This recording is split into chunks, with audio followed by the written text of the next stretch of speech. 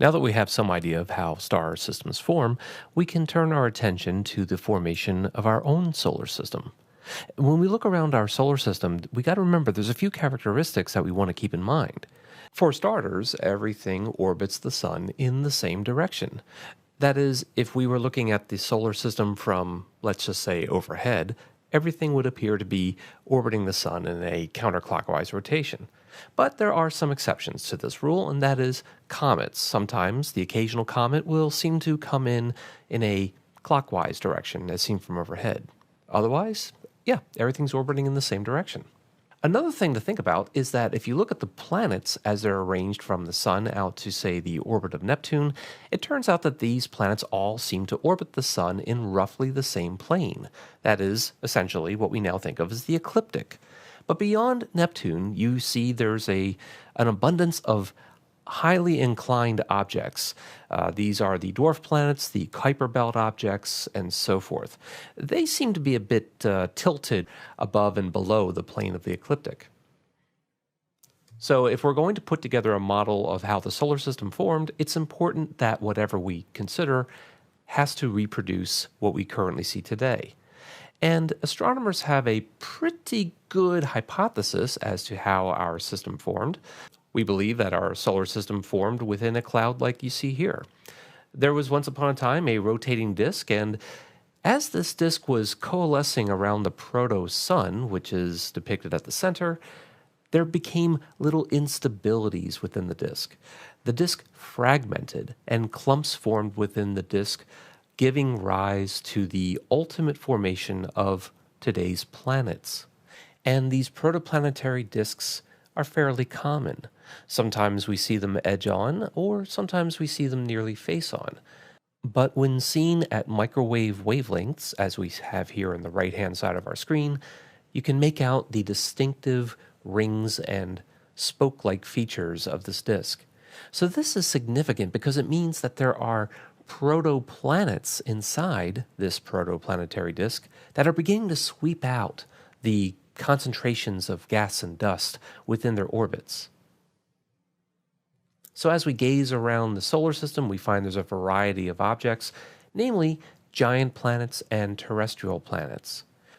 Giant planets are composed of mostly lightweight materials, what we call volatiles. For example, this is dry ice, frozen carbon dioxide, and frozen ammonia. So we're going to have these very lightweight materials such as hydrogen, helium, methanes, and chlorofluorocarbons, all cold enough to become an ice. And it's for this reason that these planets have a relatively low density. But terrestrial planets, on the other hand, have relatively few of these lightweight elements, and they're mostly composed of rocky or refractory materials, so minerals, olivines, and so forth. So why then are these two types of planets so very different from one another in terms of their composition? And the answer goes back to the formation of the planets themselves. Remember, it all formed inside of a disk that you see here. So if we think about this depiction of our proto-solar system, we have an abundance of refractory materials starting from just around the protosun all the way to the very edges. There's plenty of silicates, plenty of carbonates and minerals and so forth.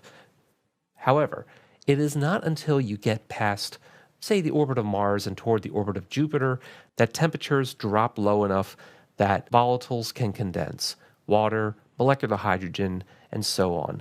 In other words, they freeze out. They become solid enough, or at least slushy enough, in order to fully condense. And in fact, once you get out past the orbit of Saturn, the temperatures are low enough to even allow high volatiles such as hydrocarbons, methane, ammonia, and so forth. They can even start to condense. So the point where the temperatures drop low enough is called the frost line.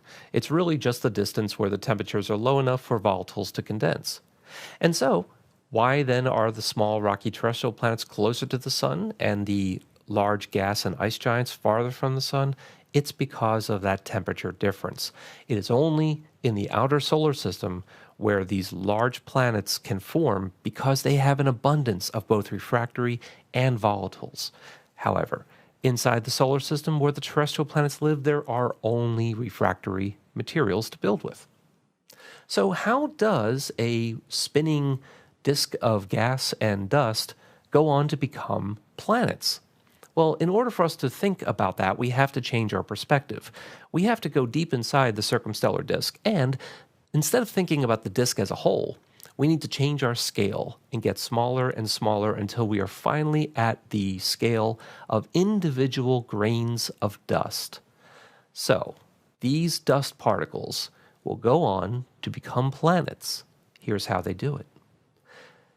First of all, the dust particles are not the same exact kinds of dust particles that we think of in our rooms and in our houses. Dust in space is mostly composed of silicates and chondrites, whereas the dust in our rooms is composed of dead skin cells, insect feces, and so forth. Well, since there are no people or insects in space, we are left with a slightly different kind of dust.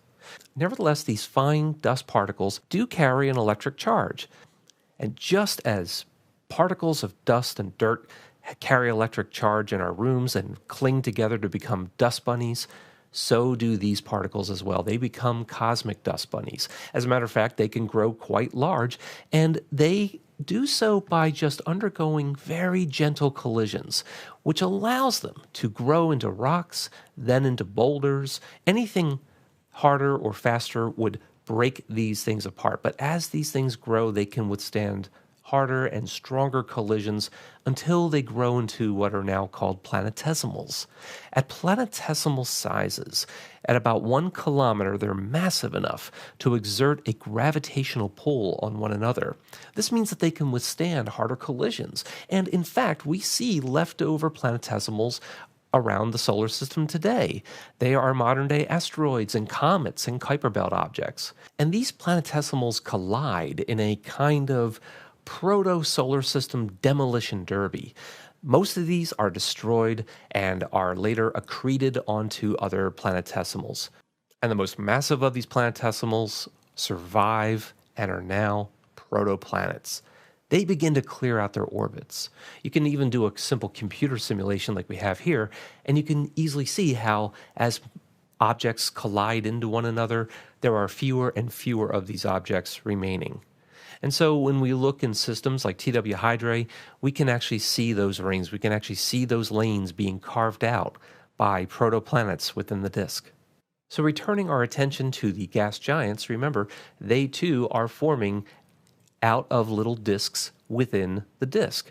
Remember, they're going to form well beyond the frost line, where there is a high abundance of both refractory elements and volatiles, so they have everything. They gain mass by just colliding with additional planetesimals, and because they have more mass, because they're now proper protoplanets in their own right, they're able to accrete these volatiles. Remember, they're farther from the protostar, so there's less heat, there's less stellar wind, and there's a greater abundance of these volatiles to begin with. So an accretion disk forms around the protoplanet. It's like a disk within a disk, and even moons can evolve from inside the protoplanet's own accretion disk. And this allows these massive outer solar system protoplanets to grow what are called their primary atmospheres. And that means that the atmospheres of Jupiter and Saturn, for example, are the same atmospheres that they pretty much formed with. However, in the inner solar system, where we have lower mass protoplanets, it's a much different situation. They are unable to hold on to those primary atmospheres. Remember, the temperatures are much warmer near the protostar, or in this case, the protosun, and hot gases are going to always move faster than cold gases. So if you have a low-mass planet with low-mass gases, they can easily achieve escape velocity from those gases. Remember, the hotter they are, the faster they're going to be moving.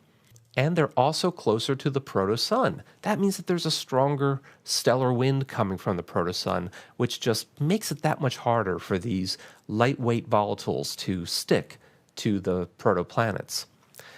So any protoplanetary atmosphere of the inner solar system is just going to be blown away by the sun. However, there's a lot of smaller objects floating around in the solar system, and even from the outer solar system. And when little tiny planetesimals from the outer solar system fall toward, let's say, proto-Earth, they deliver these volatiles, and there's already volcanism on the planet. So now we get the formation of a secondary atmosphere. So, about 4.5 billion years ago, the hot Earth was really just one giant volcano. The entire surface was covered in volcanism, and whatever trace volatile materials the Earth did form with were quickly being released through volcanism, and comets and asteroids would deliver additional volatiles from the outer solar system.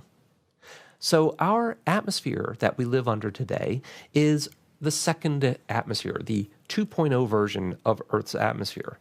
So, to put the whole thing into perspective, we can imagine that rotating disk and we can envision tiny clumps of material forming inside that disk. And those clumps would then go on to become planetesimals and even protoplanets. Protoplanets would then have the ability to start sweeping out their orbits as the sun was undergoing its final fitful phases of its own formation. Protoplanets began to scoop up and sweep up their orbits, thus clearing their paths, giving us the solar system we live in today.